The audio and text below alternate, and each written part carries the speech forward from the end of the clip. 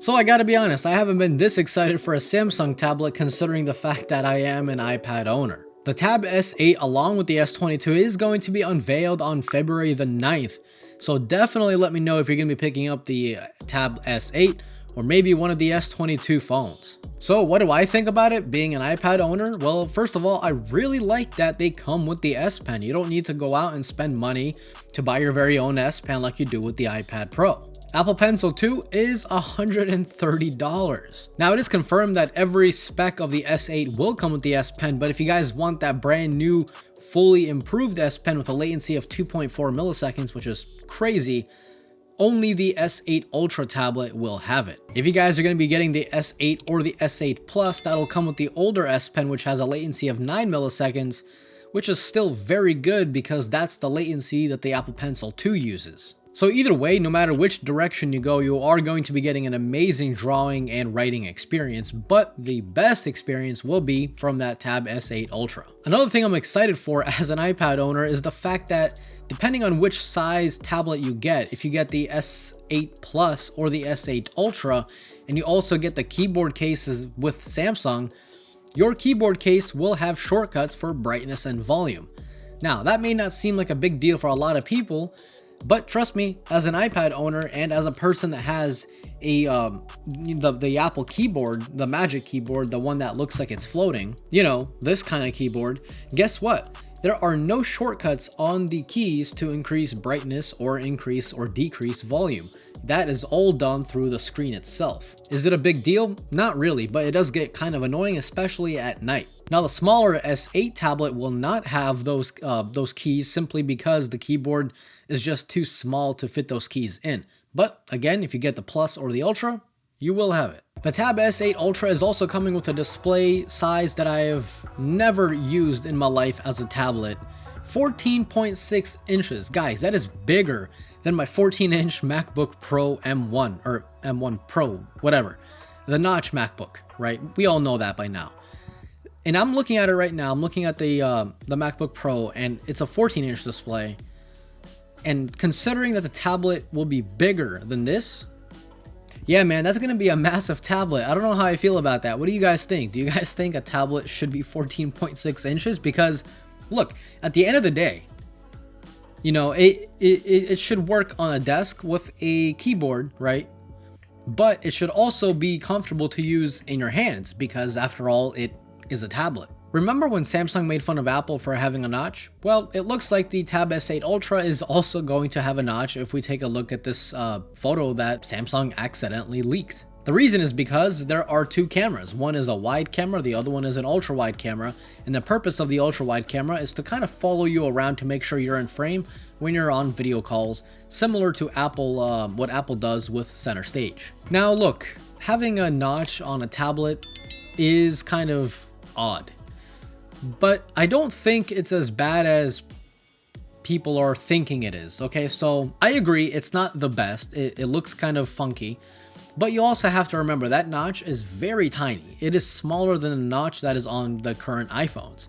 It's smaller than the notch that is right here in front of my face on my 14-inch MacBook Pro. So considering that the display is going to be 14.6 inches, that is a massive display, and considering that the notch is very tiny, it might not bother you as much as you might think it does. So, I mean, I don't know. We'll have to wait and see until it's fully in my hands. Another reason I have to absolutely applaud Samsung is the fact that we do have micro SD card support. So if you want, you can expand your storage that way instead of expanding it directly from Amazon, from Samsung, which is obviously going to cost a lot more. I think you can buy a 1 terabyte micro SD card for like $150.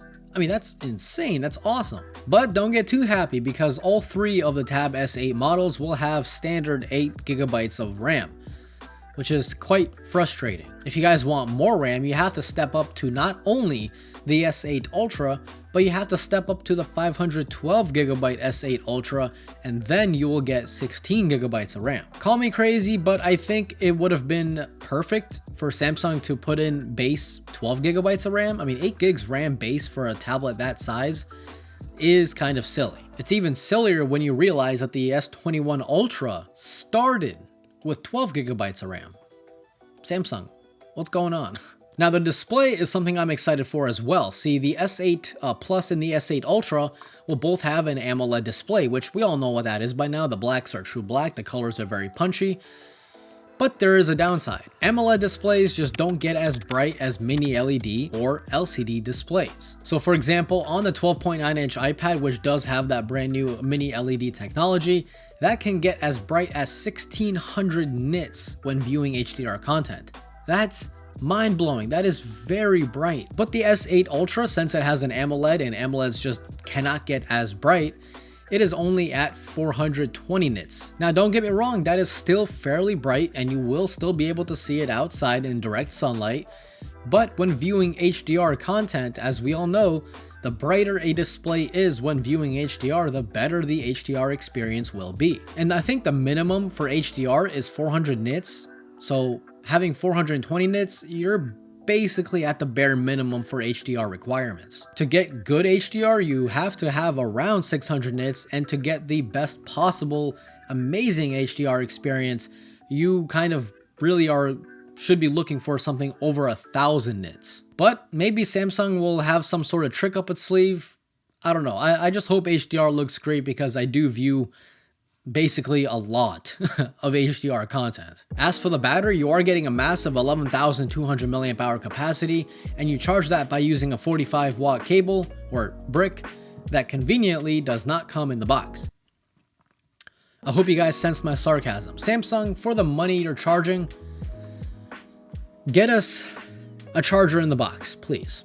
Speaking of cost, the S8 Ultra is expected to cost $100 more than the Apple 12.9-inch iPad. And that makes sense. It's a bigger tablet and you're getting that AMOLED display, which does get you infinite contrast ratio. But let's take a look at the entire pricing package, right? So if you want the S8 Ultra, you're obviously getting the S Pen included. So you do not need to go out and spend money on the S Pen. But with a tablet that size, you're probably going to be looking for a keyboard, and Samsung's keyboard is probably going to be your best bet.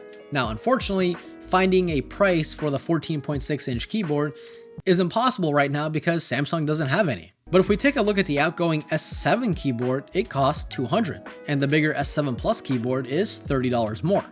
So if I had to guess, the S8 Ultra keyboard will be $30 more than that, coming in at $250. That seems like a pretty good bet. So your total package, right? The S8 Ultra, the S Pen, and the Samsung keyboard should run you around $1,450.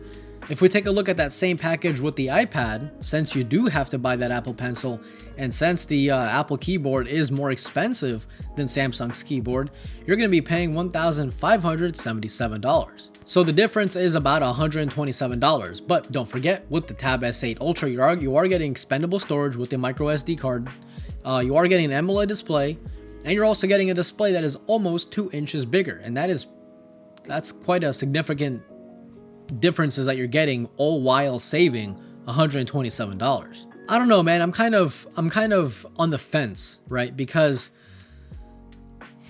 spending $1,400 plus on a Samsung tablet that's expensive, right? I got nothing against Samsung tablets, by the way, but it's not a surprise that they're not really supported all that long. Like what, 2-3 years of support, whereas iPads get like 5 years of support. And you're not getting fully optimized apps using Samsung tablets as you do using iPads. So that is kind of a hard sell, but since I am stupid with my money and since I don't know how to save my money, I will buy it. So yeah. So are you guys excited for Samsung's upcoming tablet? Are you guys excited for Samsung's upcoming S22 phones? Do drop me a comment down below and let me know. I'm kind of curious to see if there's hype around this whole entire Samsung Unpacked event. If you did enjoy today's video, definitely click that like button, and if you are new here, consider subscribing. I will be picking up the S7 Ultra, or the S8